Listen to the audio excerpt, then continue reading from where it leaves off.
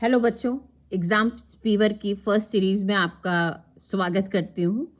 और मैंने सोचा एग्ज़ाम एकदम आने वाले हैं, बोर्ड के एग्ज़ाम का केवल 1 महीना रह गया है। प्री बोर्ड आप दे चुके, प्री बोर्ड 1 आप दे चुके होंगे, प्री बोर्ड 2 कुछ स्कूलों में चल रहे हैं और कुछ स्कूलों में प्रैक्टिकल्स चल रहे हैं बोर्ड के।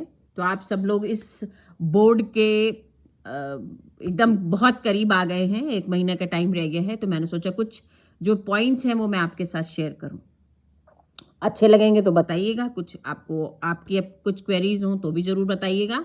अच्छा, सबसे पहले तो आपने प्री बोर्ड 1 दे दिया, प्री बोर्ड 2 दो जिन बच्चों ने दे दिया, उनके लिए एक चीज़ मेरी ये है कि आपने सैम्पल पेपर सॉल्व करना स्टार्ट किया कि नहीं किया। क्योंकि आप देखिए, आप प्री बोर्ड्स अपने दे चुके हैं तो कहीं ना कहीं आपका सिलेबस पूरा कंप्लीट है। तो आप सॉल्व करना स्टार्ट करिए अपने सैम्पल पेपर्स। और सैम्पल पेपर में भी सॉल्व करने से पहले जो उसके लास्ट पेज पे प्रीवियस ईयर के आंसर की होती है उसको पढ़ना बिल्कुल भी मत भूलिएगा। उसको पढ़िएगा, क्यों उस बच्चे को 100 में 199 मिले हैं, उस चीज़ का जवाब उसकी आंसर की होती है।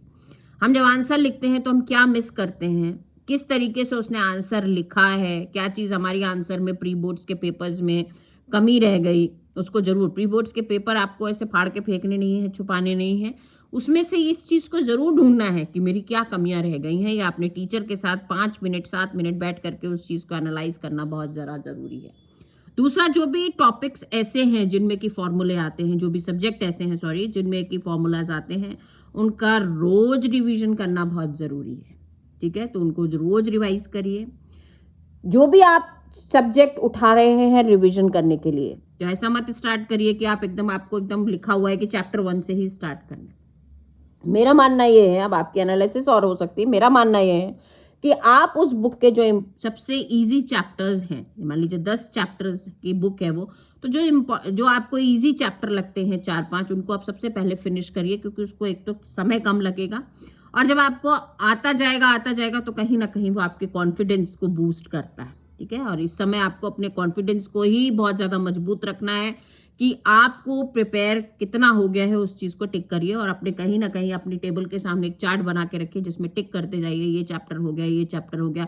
वो जो टिक है, वो जो ये ब्रेन में आपको दिखेगा, बार बार आपकी आईज में दिखेगा, तो वो आपके अंदर एक पॉजिटिविटी लाएगा।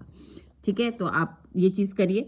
नेक्स्ट है कि आप अपने नोट्स खुद बनाइए। किसी के नोट्स अगर आपने लिए भी हैं, ठीक है, वो भी करिए, लेकिन आपने कहीं ना कहीं, क्योंकि देखिए कुछ टॉपिक्स आपको इजी लगेंगे, आपके जिससे आपने नोट्स लिखे, हो सकता है उसको टफ लगता हो, तो अपने सेल्फ नोट्स बनाइए, ओन नोट्स बनाइए और उनको रिवीजन जरूर करिए। हर चैप्टर के कुछ की नोट्स भी बनाइए। ठीक है ना, जो जो टॉपिक आपको बोर्ड में लगते हैं कि